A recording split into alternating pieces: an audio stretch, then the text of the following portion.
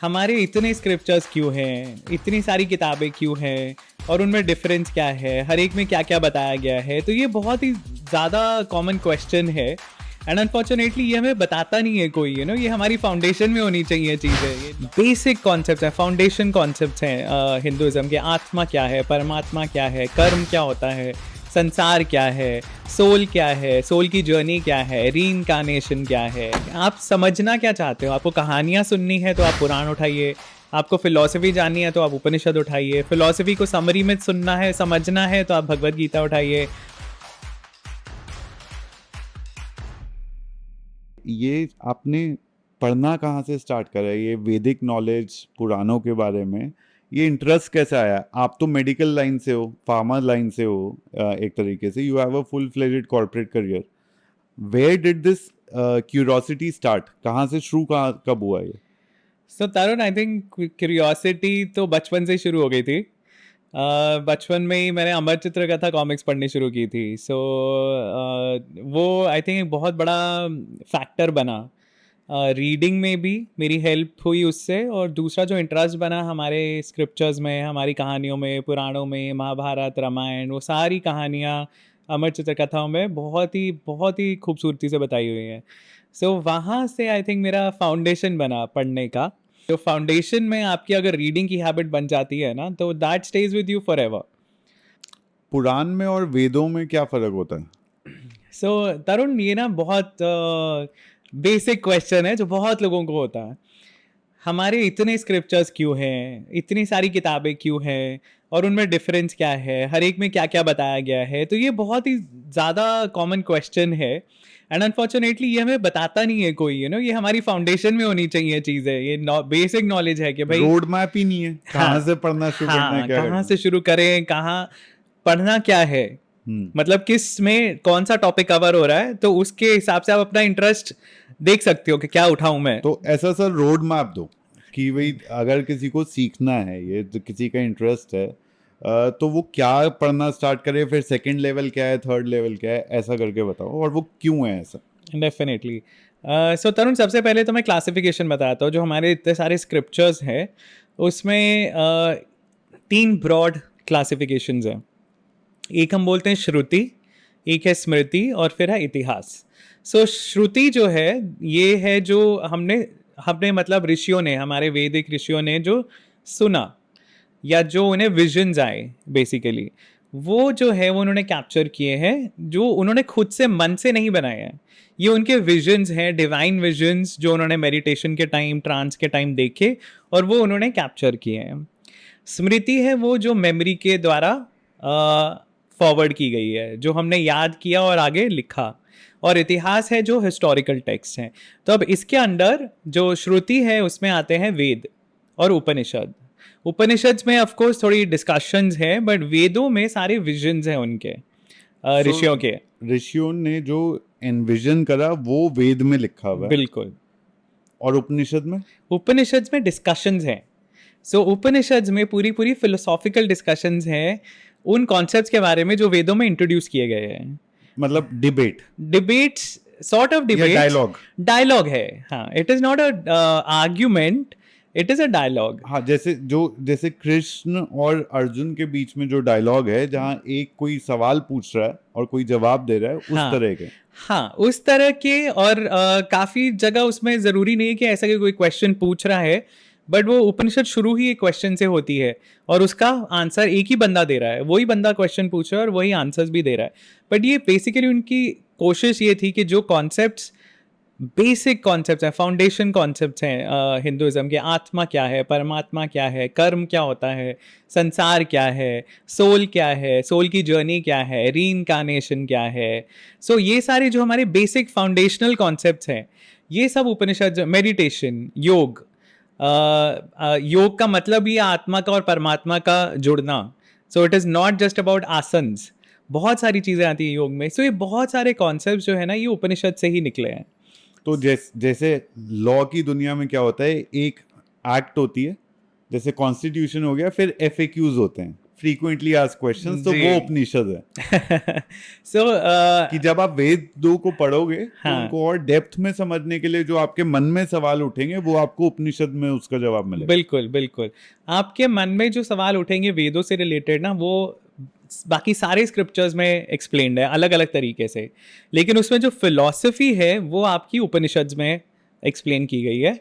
जो कहानियां हैं वो पुराणों में एक्सप्लेन की गई हैं। कि उसको डे टू डे लाइफ में उतारकर इजी टू रिमेम्बर। हाँ हाँ।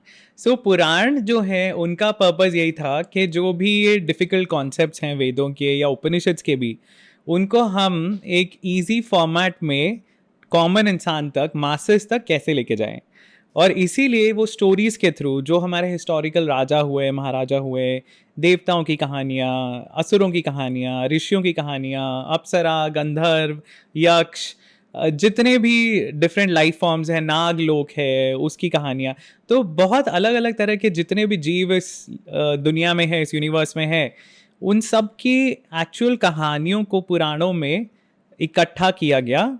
और उनके थ्रू वो लेसन्स पास ऑन किए गए कि अगर आप ऐसा करते हो तो आपके साथ ऐसा होगा, जो कर्म की थियोरी है। या अगर आपको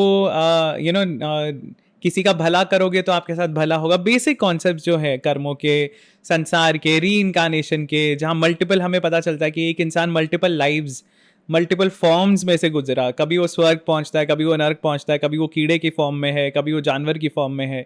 सो the concept of transmigration of soul, reincarnation, वो सारे कॉन्सेप्ट हमें समझ में आते हैं पुराणों की कहानियों द्वारा। कितने पुराण, उपनिषद और वेद हैं? देखिए, वेद ओरिजिनली एक ही वेद था जिसको डिवाइड किया गया वेद व्यास जी द्वारा, टू मेक इट सिंपलर। तो वो एक आर्टिफिशियल कलेक्शन बनाया है जिसमें एक सबसे जो ओल्डेस्ट कंपोनेंट है उसको हम ऋग्वेद कहते हैं। उसके बाद ऋग्वेद के भी 10 मंडल हैं, 10 भाग हैं ऋग्वेद के, और उसमें भी सारे अरेंज किए गए हैं वर्सेस अलग अलग मंडलों में। सो वेदों में ये सबसे पहले ये 10 मंडल आते हैं, उसके बाद ऋग्वेद मतलब ऋग्वेद में आते हैं ये, फिर ऋग्वेद, अथर्ववेद, यजुर्वेद और सामवेद, 4 अलग अलग डिविजन्स हैं वेदों में भी, जिसमें से Atharvaveda is the most recent. उसमें आपके डेली लाइफ से रिलेटेड ज़्यादा वर्सेस हैं, थोड़े स्पेल्स वगैरह हैं, आपको बुरी नज़र से कैसे बचना है, आपको पॉइजन से कैसे बचना है, आपको रोगों से कैसे अपनी क्या सुरक्षा एक दो करनी तीन है। बता दो ना थोड़े ऐसे से। नहीं, ऐसे बताने के लिए नहीं है वो स्पेल्स, बट पढ़ने चाहिए, मतलब कोई भी पढ़ सकता है। क्योंकि Atharvaveda is the closest to our daily life. उससे हमें ये समझ में आता है कि लोगों की डेली जो दिनचर्या थी वो क्या थी, उनको किस तरह की प्रॉब्लम्स होती थी अपनी लाइफ में। और फिर वेदों के बाद उपनिषद जो हैं वो भी अलग अलग कैटेगरीज के हैं। 18 उपनिषद उसमें भी हैं। मेन जो है, एक्चुअली तो 108 उपनिषद बोलते हैं टोटल, पर उसमें सारे पुराने नहीं हैं, कुछ हिस्टोरिकल हैं, कुछ बाद में लिखे गए। पुराण जो है वो भी 18 महापुराण हैं और 18 उप पुराण हैं। उसके अलावा फिर जो इतिहास कैटेगरी आती है उसमें हमारे महाभारत और रामायण आते हैं। भगवत गीता को, जो महाभारत का पार्ट है, वो एक्चुअली उपनिषद की समरी है। और वही कंसेप्ट अगेन, जो उपनिषद के डिफिकल्ट कॉन्सेप्ट हैं, वो कृष्ण जी और अर्जुन की कॉन्वर्सेशन के थ्रू बहुत ही सिंपली समझाया गया है।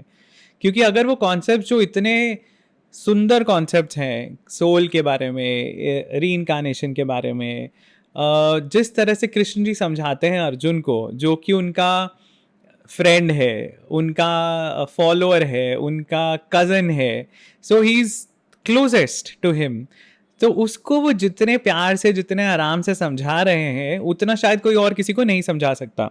सो इसीलिए इनकी वैल्यू, हर स्क्रिप्चर की अलग अलग वैल्यू है।